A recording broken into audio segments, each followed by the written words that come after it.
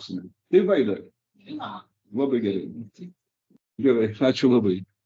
Nu tai ką tada kviečiame pranešėjus.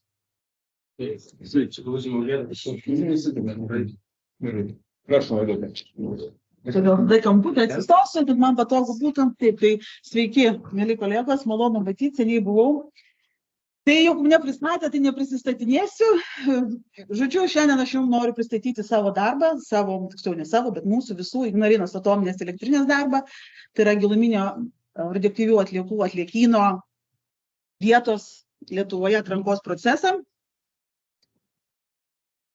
Šiek tiek jaudinuosi, atsiprašau. Seniai jau buvau tokiai dideliai auditorijai. Per visą ekraną, kuris čia šitas. Kaip man atrodo, ten Šitas. klavišų. Su Enter, ne? Gerai. Vieną gal kaitino, konspektuojasi, gal kas nors. Taip, tai kas yra giluminis atliekynas visų pirma? Tai yra inžinerinis statinys, kuris bus įrengtas giliai po žeme, giliose geologinėse formacijose, stabiliose formacijose, kurios daugybę metų buvo nepakitusios. Yra laikoma, kad milijonas metų, jeigu milijonas paskutinių metų niekas nevyko, jokie tektoniniai judėjimai, žemės drebėjimai ir kokie nors panašus kataklizmai, tai ir dar ateinančius milijoną metų tos uolienos bus stabilios, jose niekas nevyks. Tai reiškia, tokiose uolienose mes galime įrengti giluminį atliekyną. Atliekos bus izoliuojamos ne tik tai tuo, kad jos bus giliai po žeme, bet bus izoliuojamos ir inžineriniais barjerais. Tai yra daugybė inžinerinių barjerų, daugia barjerė sistema vadinama. Taip pat ir gamtiniai barjerai, tai yra uolienos, taip pat tarnaus kaip barjeras, kuris izoliuos atliekas nuo aplinkos ir taip užtikrins ilgalaikę saugą, kad radioaktyvios medžiagos nepakliūtų visų pirma į požeminį vandenį, paskui biosferą ir nepasiektų žmogaus. Kokios bus dydžio atliekynas nėra žinoma, tai priklausys nuo to, kiek bus radioaktyvių atliekų tinkamų, netinkamų, bet reikalingų palaidoti giliai po žeme. O teritorija virš giluminio atliekyno bus naudojama labai nedidelė, skaičiuojama pasaulyje 30-40 hektarų tik tai, o visa kita aplinkui bus tinkama naudoti pagal paskirtį. Tai yra, mes galime ir bulves sodinti, ir maudytis ir taip toliau.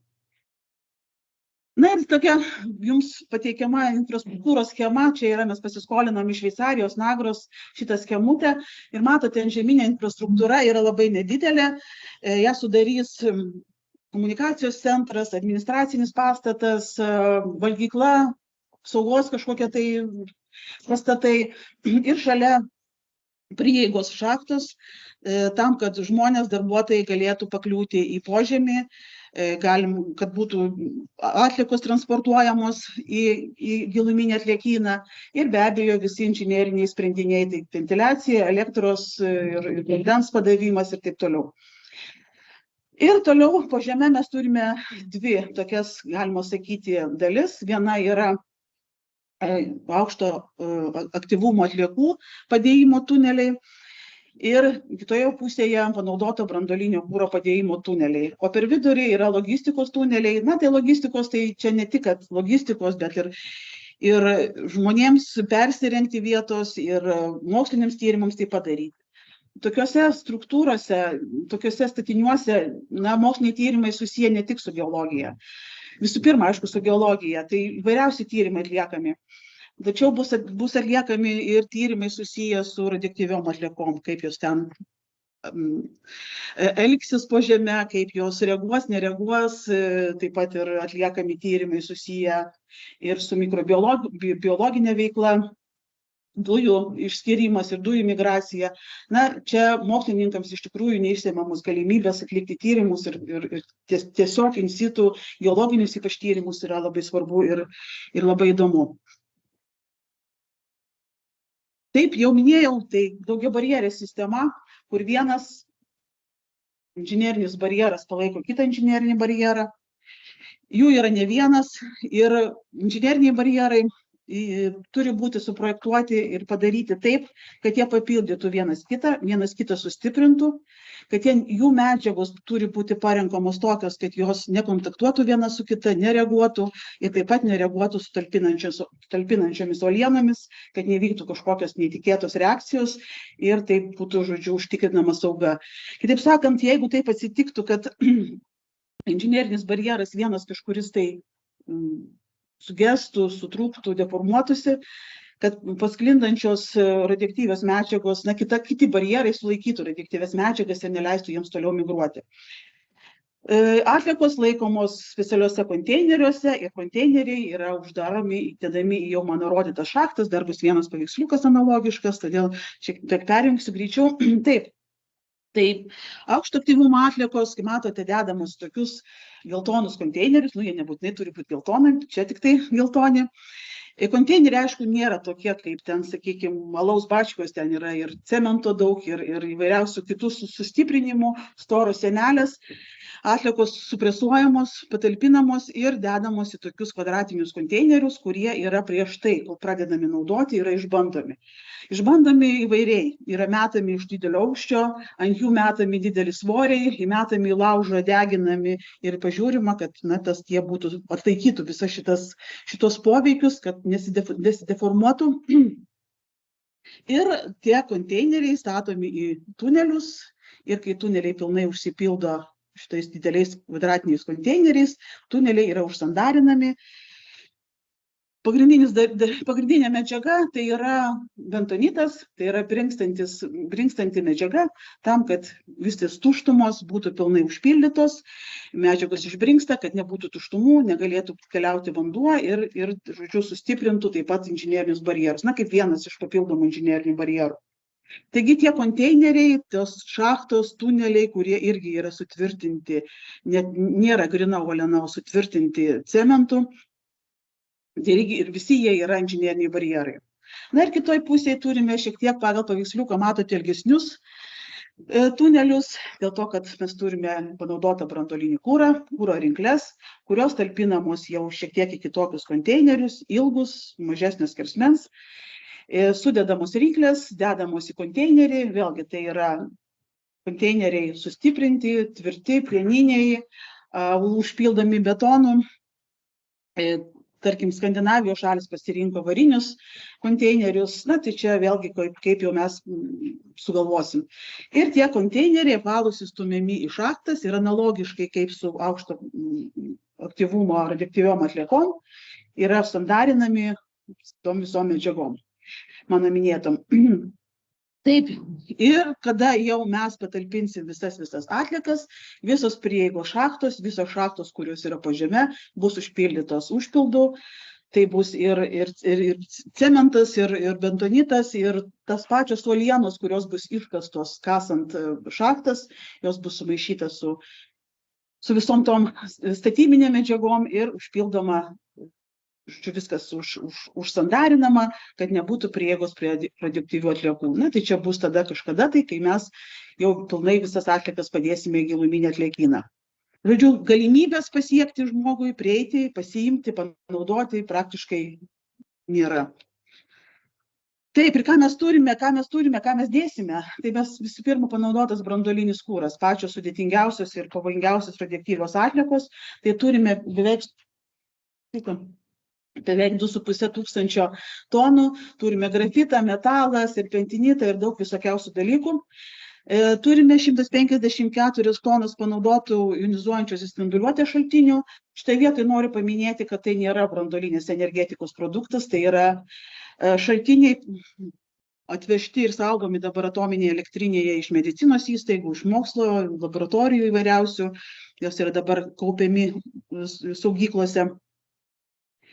Labai gaila, tačiau panaudotų jonizuojančios spinduliuotės šaltinių vis dar randama pamestų, tiesiog kažkas atsikrato, numeta pamiškėse, aišku, labai retai, bet vis dar pasitaiko tokių dalykų. Taigi viskas, kas yra nebereikalinga, vežama ir saugoma, tai viskas bus ir kitaip patalpinama į giluminį atliekyną. Na ir atominė elektrinė uždaroma, išmontuojama, viskas išardoma, dalis jau išardytų yra įrenginių, dalis ne. Ir yra paskaičiuota, kad apie 2000 kubinių metrų atliekų susidarys būtent eksploatavimo nutraukimo metu. Čia norėčiau paminėti, kad ne visos radioaktyvios atliekos keliauja į giluminį atliekyną.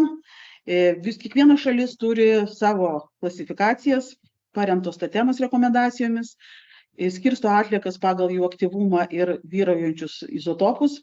Tai yra vienos atliekos, kurios yra žemo aktyvumo ir vyrauja trumpamžiai izotopai, yra talpinamos į paviršinius atliekynus, o visa kita, kas gyvuos ilgai ir kas turi tikrai didelį aktyvumą, kaip tarkim šiuo atveju panaudotas branduolinis kuras, visas keliaus į giluminį atliekyną. Tai čia jau paskaičiuoti kubiniai metrai tų atliekų, kurios jau į giluminį atliekyną keliaus. Aišku, ne viskas, kas bus išmontuota, bus radioaktyvu, bet bus ir tokių dalykų.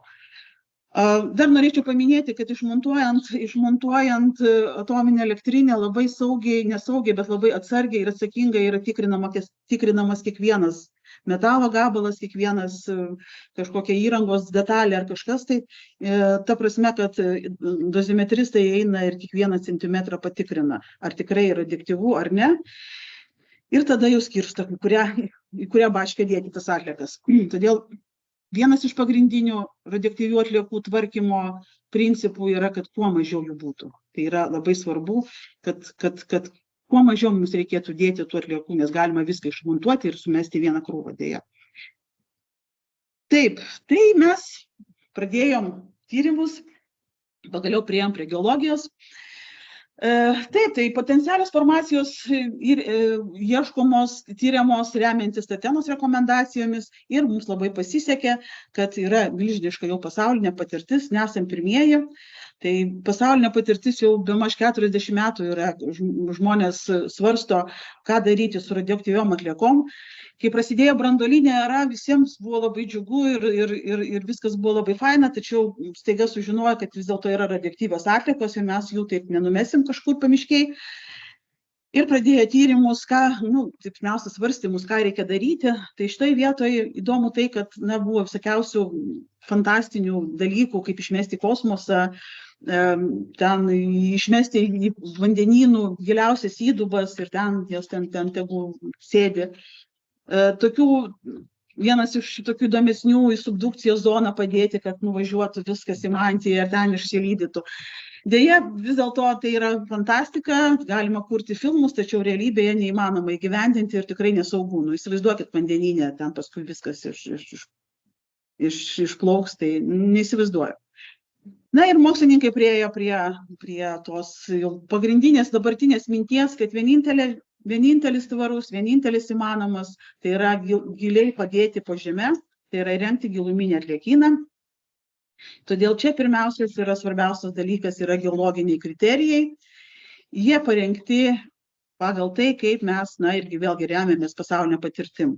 Tai visų pirma gilis, kad nebūtų arti žemės paviršiaus, kad nebūtų, tai pasaulinė patirtis sako, kad giluminis atliekynas gali būti giliau negu 200 metrų gylyje, ta prasme, ne aukščiau. Ir čia matote 700 metrų, kas tarsi riba, galima ir giliau, tačiau nerekomenduojama dėl didelio slėgio, dėl didelio karščio ir dėl, aišku, ten paskui prasideda ir finansiniai dalykai. Toliau mes turime storį uolienų, 50 metrų yra minimali riba. Vėlgi tai yra inžineriniai sprendimai, turi būti pakankama vieta, pakankamos storis, kad įrengtume inžinerinius visus tunelius, visus inžinerinės infrastruktūras ir taip toliau. Prie viso to pačios uolienos turi būti vienalytės, tai tas 50 metrų turi būti vienalyčių uolienų sluoksnis, be tarpelių, intarpų, plyšių, be lūžių, be kažkokių kitokių neaiškių dalykų, atitinkama mineralinė, cheminė sudėtis ir taip toliau. Svarbus faktorius yra požeminis vanduo, nes būtent vanduo yra tas dalykas, kuris gali pernešti radioaktyvias medžiagas ir labai toli. Todėl labai svarbu, kad parinktos geologinės formacijos būtų nelaidžios vandeniui. Kaip jūs žinote, nėra nelaidžių uolienų pasaulyje, žemėje, visos yra laidžios, tik mes susitarėm, vienos labiau, kitos mažiau. Taigi mes įmame tas vandensparinės uolienas ir Lietuvos atveju buvo atlikti tyrimai, atliktas visas Lietuvos teritorijos vertinimas, tai buvo atlikta jūsų žiniai labai seniai, 2000 metų pradžioje, 2002-2003 metais. Ir nustatyta, kad remiantis tais visais kriterijais, kur aš čia taip labai trumpai prabėgom papasakojau, galimas įrengimas giluminio 4 geologinėse formacijose, tai kristalinis pamatas, dviejų tipų moliai ir permoevaporitai, tai yra akmens druska arba anhidritas. Taip, tai keliauju toliau. Dar gal grįšim kažkiek prie tų, tai matote žemėlapis, kuris buvo padarytas tais mano minėtais metais, įvertinta visa Lietuva. Ir čia buvo atmestos ir karstinis rajonas, ir visokios uolienos smėlingos, ir pajūrio ruožas, kadangi rekreacinė zona ir taip toliau, daugybė buvo kriterijų įvertinta ir spalvomis parodytas skirtingos formacijos, kurios galimas giluminio atliekyno įrengimas. Kai kurios formacijos persidengia tarpusavyje, kai kurios ne. Ir bendras jų plotas yra apie 28 000 kvadratinių kilometrų. Tai yra 2002-2003 metų žinios. 2019 metais Ignalinos atominė elektrinė buvo įpareigota, jai perduota funkcija tvarkyti radioaktyvias atliekas ir būtent šitas projektas būtent nuo 2019 metų buvo perduotas vykdymui. Ir kodėl to reikia? Todėl, kad jau minėjau, mes turime atliekas, turime sustabdytus reaktorius 2004 ir 2009 metais, jie po truputį planuojama išmontuoti, tai vėlgi susidarys daugybė atliekų pavojingų. Visos atliekos yra laikomos saugyklose ir visas panaudotas branduolinis kuras yra išimtas iš reaktoriaus, išimtas iš išlaikymo baseinų, sutvarkytas, viskas išvalyta ir laikoma, štai štai nuotraukoje matote laikinąją saugyklą panaudoto branduolinio kuro. Tai yra tie konteineriai, vėlgi, kaip jau minėjau, yra sustiprinti, betoniniai, stori ir jie paskaičiuota, kad jie atlaikytų. Eksploatacinis laikas yra 50 metų. Tai, kitaip sakant, 2068 metais pasibaigs jų galiojimo laikas ir iki to laiko mums reikia pasirengti, kažkur tam atliekas padėti. Taip sakant, mes turime vienintelį variantą - giluminį atliekyną. Tai laikinas sprendimas, be abejo, laikina saugykla, laikinas sprendimas. Tai vyriausybė parengė, čia šiek tiek prie teisinės bazės, parengė radioaktyvių atliekų tvarkymo plėtros programą, jinai atnaujinta ir yra ta programa 2021-2030 metams numatyta, kurie taip pat įpareigoja Ignalinos atominę elektrinę remtis šitų ant žemės dabar laikomų atliekų padėjimų į giluminį atliekyną. Saugykla saugi, saugykla yra stromis betoninėmis sienomis ir taip toliau, tačiau visgi tai yra ant žemės paviršiaus ir laikymus tokių dalykų ant žemės paviršiaus nėra labai ramu dėl to. Na, tai ką mes padarėme per šituos metus. 20 metais buvo atlikta, čia aš noriu padėkoti Lietuvos geologijos tarnybai už mūsų bendradarbiavimą. Ir mes kartu atlikome visas šitų jau parodytų teritorijų, kur galima remti giluminį atliekyną analizę. Praėjo 20 metų praktiškai nuo to žemėlapio sukūrimo. Be abejo, buvo nauji gręžiniai, nauji geofiziniai tyrimai, atsirado kažkokie laboratoriniai tyrimai, nedaug mes jų galbūt ir darome Lietuvoje, tačiau visgi per 20 metų atsirado nauja informacija geologinė ir visa tai buvo išanalizuota. Pirmiausia, kas buvo padaryta, tai tos teritorijos peržvelgtos, išanalizuotos ir atrinktos vietos, kurios jau vietos, ne teritorijos, ne vietos, kuriuose jau tikrai galima būtų įrengti giluminį atliekyną. Iš visų tų formacijų paplitimo viso to lauko išmestos tokios teritorijos, kur, tarkim, miestai yra saugomos teritorijos, vandenviečių apsaugos zonos, paskui ten visokias Natūra 2000 ir taip toliau.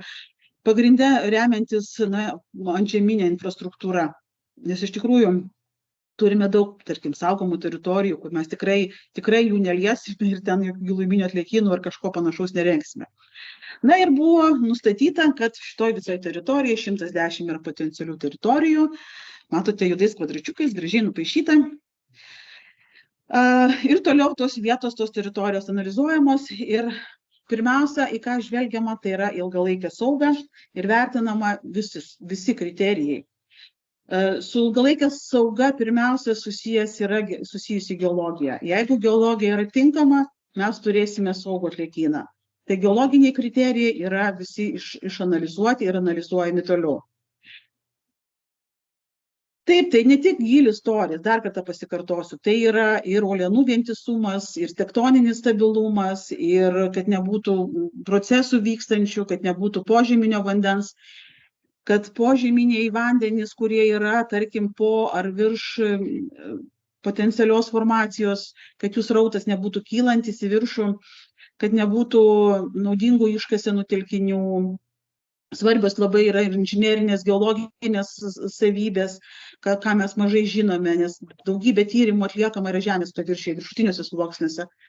Gilumoje mes praktiškai mažai žinome, bet tą irgi įsivertinsim. Toliau šiluminės savybės nepaminėjau, kadangi panaudotas branduolinis kuras yra karštas, jisai po truputį vėsta, bet po žeme mes vėlgi turime temperatūrinį gradientą ir mums ten yra, žinote, kad ten yra šilčiau negu ant žemės paviršiaus, kad nebūtų per karšta, tai yra neviršytų 100 laipsnių, kad nesukeptų konteineriai, neatsirastų kokių nepageidaujamų cheminių reakcijų ir taip toliau. Na, be viso to atsižvelgiame ir į socialinius ekonominius kriterijus, tai yra kriterijai susijęs su nedarbu, su teritorijų planavimu, su vėlgi aplinkosaugos klausimais ir taip toliau. Na, kada mes išanalizavome, analizuodami šitas teritorijas, mes atlikome Ignalinos atominės elektrinės, taip sakant, nepageidavimų, bet nežinau, kaip pasakyti. Žodžiu, atlikome tyrimus, atlikome studijas. Tai visų pirma buvo tie kvadračiukai nustatyti teritorijos ir visų šitų 10 teritorijų atliktas socialinis ekonominis vertinimas. Šitą vertinimą atliko Ispanijos įmonė AIDOM, kuri išanalizavo visus absoliučiai vietas. Pasakė, tai vėlgi tie patys kriterijai. Visų pirma, yra socialinis, kur nedarbas didesnis, kur mažesnis, kur kokia demografijos, žmonių tankumas, įvairiausi socialiniai klausimai. Paskui išanalizavo teritorijų planavimo aspektų, kažkas galbūt bus ateityje planuojama statyti, yra pasienio ruožas, kur irgi šiaip nelabai gerai, kad tenais kažkokius veiklas vykdytume. Na ir aplinkosauginis aspektas, tai yra saugomos rūšys, saugomos teritorijos ir taip toliau. Na ir ten paviršinio vandens objektai, aišku, ir ten daugybė visokiausių dalykų. Toliau, 23 metais buvo atliktos nustatyti saugos kriterijai. Vėlgi, čia šitoje vietoje nebuvo tyriamos kiekviena teritorija, visas peržvelgtos visos potencialios geologinės formacijos. Šitą studiją atliko Suomių įmonė Posiva, kuri yra ir Suomijoje įmonė vykdanti šitą veiklą, o Suomija, kaip žinia, yra pati pirmaujanti įmonė, pirmaujanti šalis giluminio atliekyno projektuose, jie turi licenciją statybai, taigi mes tikrai džiaugiamės, kad galime remtis jų patirtimi ir jų klausyti jų nuomonės. Taip pat atliktas kompleksinis vertinimas, tai tiesiog buvo visos tos kriterijai sudėti, panalizuoti, šiek tiek pabandyta pasižiūrėti, gerai, negerai. Ir galiausiai norėčiau pasigirti, kad visą tą įvertino Tatenos ekspertai. Šitoje vietoje noriu paaiškinti, kad tai yra, mes kviečiame Tatenos specialistus tam, kad jie įvertintų mūsų darbą. Įvertintų darbą tam, kad mes galėtume jaustis drąsesni, kad mes žinotume, kad einame tinkamą linkme, kad mes nenusišnekame, nedarome kažko blogai. Ir Tatena surinko iš skirtingų pasaulio šalių ekspertus, tai buvo atvažiavęs ekspertas iš Kanados, Prancūzijos, Suomijos, ten dar kažkokie, nepasitikrinau iš tikrųjų valstybių. Buvo keletas, aišku, ir pačios Tatenos žmonių. Jie visą savaitę skaitė visas mano išvardintas studijas, jas analizavo, išklausė mūsų visų šitų specialistų, kurie darė šitas studijas pasisakymų, atsakinėjo klausimus ir taip toliau. Ir Tatena nusprendė, kad vis dėlto einame tinkamą linkme, kad mūsų darbai yra tinkami, kad mūsų pagyrė, kad mes vis dėlto gerai dirbam. Tačiau, nepaisant to, tai yra pagyrimas, tai vienas žodis, mes gavome visą eilę pastabų, pageidavimų, rekomendacijų ir dabar vis dar analizuojame, bandome priderinti mūsų darbus prie jų pastabų, nepriderinti, tačiau visą planavimą ir tolimesnės veiklas atlikinėti atsižvelgiant jų rekomendacijas šitų ekspertų. Ir kaip minėjau, 20 metų praėjo ir mūsų geologinės žinios pasikeitė, šiek tiek mūsų geologinė informacija padidėjo ir tas labai yra džiugu.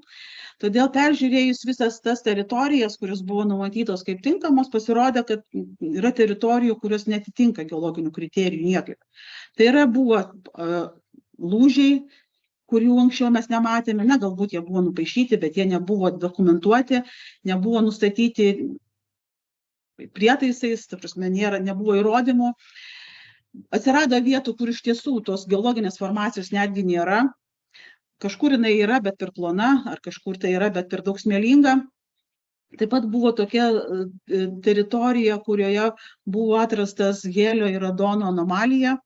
Tai yra dėl požeminio vandens srauto kylančio į viršų. Vėlgi teritorijų buvo atmesta ir išeliminuota iš bendro sąrašo.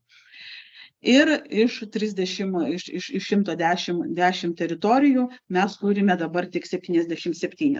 Be geologijos čia norėčiau paminėti, kad ir socialiniai ekonominis vertinimas taip pat atmetė 2 vietas. Viena dėl aplinkosaugos klausimo, kad buvo nupaišyta teritorija tarp draustinių, tokia kaip apsupta būtų tarp saugomų teritorijų. Ir kita, tai viena teritorija buvo atmesta dėl teritorijų planavimo. Ir taip pat Suomių tas saugos vertinimas peržiūrėjo visą.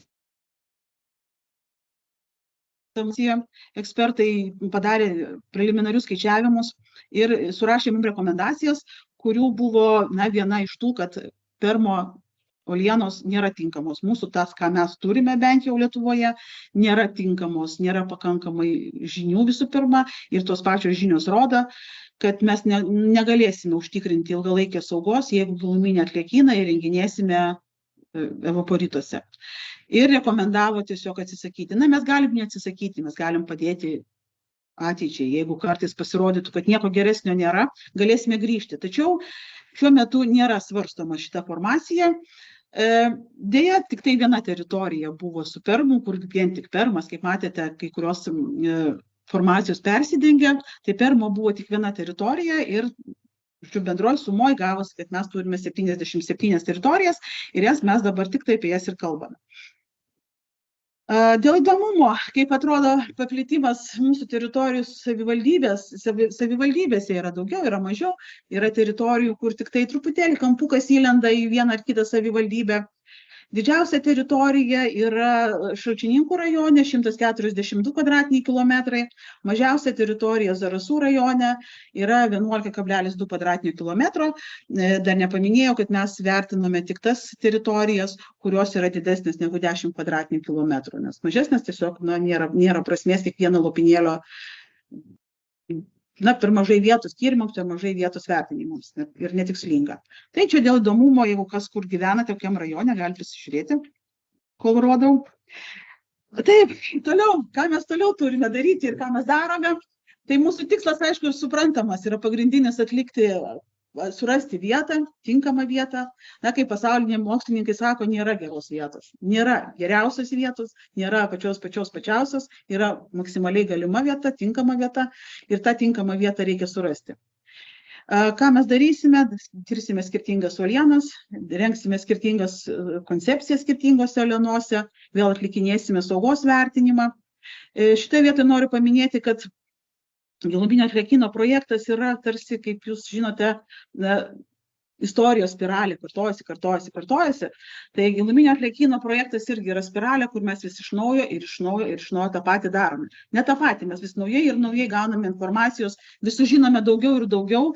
Ir tą spiralę vis kartojame, vis didiname žinojimą, didiname informacijos kiekį, tobuliname koncepcijas, tobuliname saugos vertinimą, kol mes paskui kažkada tai prieisime prie to, kad čia viskas yra gerai. Be abejo, poveikio aplinkai vertinimas. Be šito mes niekur nenukeliausim, tai bus be abejo irgi atliekamas. Žinoma, dabar turint 77 vietas nėra tikslinga ir nėra prasmės ir nėra, nežinau, čia kiek laiko ar pinigų kainuotų, tačiau, kad bus parinktos kelios vietos, mes be abejo tą darysim. Nes vertinsim tas vietas visais mano minėtais pjūviais, visais kriterijais minėtais ir planuojama, kad 47 metais mes galėsim pasakyti, kur yra giluminio atliekyno vieta ir ją patvirtinti. Taip, tai ką mes darėme, dar pasikartosiu šiek tiek ir ką mes darysime toliau. Tai visų pirma, mes identifikavom vietas, atlikom vertinimą, jau mano minėta Tatenos ekspertai vertino ir taip pat šiemet pradėjome viešasias konsultacijas dėl atrankos proceso. Tai vyko pirma viešoji konsultacija, mes viską pristatėme projektą savivaldybių atstovams. Toliau mes kitus 5 metus planuojame skirti daugiau geologiniams tyrimams, tai padarysim programą ir darysim giliuosius gręžinius. Noriu pabrėžti, kad ten, kur bus atliekami gręžimas, kur bus su visais tyrimais ir laboratoriniais, ne laboratoriniais, bet mėginių ėmimų laboratoriniams tyrimams, tai bus ne vietų tyrimai, ne teritorijų tyrimai, tai bus formacijų tyrimai. Išsitirsim visas mūsų formacijas, pasižiūrėsime, kaip jau minėjau, daugybę savybių mes nežinome. Nežinome stipruminių savybių, nežinome šiluminių savybių, hidrogeologinė irgi nėra laiški daugelį vietų, taip pat ir mineralogija ir, žodžiu, viską, kas įmanoma, kas pasaulyje daroma, bandysime padaryti. Ir bandysime išsiaiškinti, ar mūsų formacijos iš tikrųjų tinkamos, o galbūt ir pasirodys, kad kažkuri yra netinkama šitam projektui vystyti. Tai yra, dar kartą kartoju, tai formacijų tyrimai, ne vietų. Na ir kaip jau sakiau, spiralės eis per socialinį ekonominį vertinimą, koncepciją, saugos analizę ir vėl visokios konsultacijos su pasitarimais su savivaldybėmis, su nevyriausybinėmis organizacijomis ir taip toliau. Dar nepaminėjau koncepcijas, matote koncepcijų parengimas molio ir kristalinio pamato uolienose. Koncepcija tai yra, tas toksai schema, kuri aprašo, kaip atrodys šachtos, kaip atrodys įvairiausi statiniai, kažkokių medžiagų bus padaryti, kokie parametrai, kokias bus medžiagos naudojamos ir aišku, kainos įvertinimas prie to pačio eina. Taip, tai mūsų molio koncepcija jau yra parengta, jūs be abejo matėte pranešimą spaudai, yra parengta ir vėlgi noriu pasidžiaugti, kad šitą molio koncepciją parengė ta pati mano minėta Posyva ir šveicarų įmonė Nagra, kuri taip pat yra įmonė Šveicarijoje įgyvendinanti giluminio atliekyno projektą. Šveicarija viena iš pirmaujančių valstybių kartu su Suomija ir kai kuriom kitom šalim. Jie jau ruošiasi šiemet ar kitais metais gauti licenciją statybai, vietą turi pasirinkę. Taigi vėlgi mes turime labai gerus konsultantus ir padėjėjus. Iš tikrųjų, tai labai tokia bendra, abstrakti koncepcija, todėl, kad mes neturim vietos. Mes neturim vietos, nežinom, kokio gylyje bus realiai, jau kokiam gylyje bus, koks storis bus uolienų ir jo kokios savybės. Todėl ta koncepcija yra, tokia labai bendra ir, kaip jau sakiau, mes vis vėl eisim, grįšim, tobulinsim, tol, kol mes jau turėsim tikrą tą, koncepciją. Na ir kristalinio pamato uolienose taip pat jau pradedam vystyti šitą, daryti šitą studiją, kol kas nenoriu komentuoti, nes tik prasidėjo darbai, tai nenoriu išbėgti už akių. Taip, tai toliau mes 31-47 vėlgi mes kviesime Tateną, vėlgi rodysim visus mūsų tyrimus, apibendrinimus ir koncepcijas ir ką mes beturėsim. Vėlgi norėsim sužinoti jų nuomonę ir išgirsti jų patarimus. Atrinksime vietas, kurios jau turėtų būti na, sąrašo viršuje, kurios mūsų manimų bus pačios geriausios ir tose vietose, dabar nepasakysiu, kiek jų bus 10, 5 ar 3, gal dar daugiau.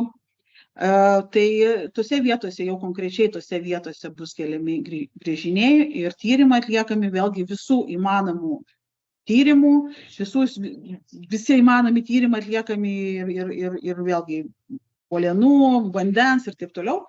PAVO procedūros, jau tada bus tikros PAVO procedūros ir aišku, pokalbiai su visuomenė, su visokiom organizacijom, savivaldybėm ir taip toliau. Šiuo metu mes taip pat atliekame, pradėjome poveikio aplinkai vertinimą, bet ne tą, kuris reglamentuojamas yra įstatymų. Tai yra, mes bandysime visas vietas panalizuoti pagal tas, poveikio aplinkai, tai yra dirvožemiui, vandeniui, augalams ir taip toliau. Bet tai nebus PAVas, tai bus tiesiog tokia studijėlė, dalis kaip ir dalis PAVo, tačiau nebus kalbama su žmonėmis ir ten tų visų procedūrų neįsim ir toksai palengvintas, galima sakyti, PAVas. Pasižiūrėsim, kurios vietos yra kuriuose vietose galimas reikšmingas giluminio atliekyno poveikis kažkuriam tai aplinkos elementui.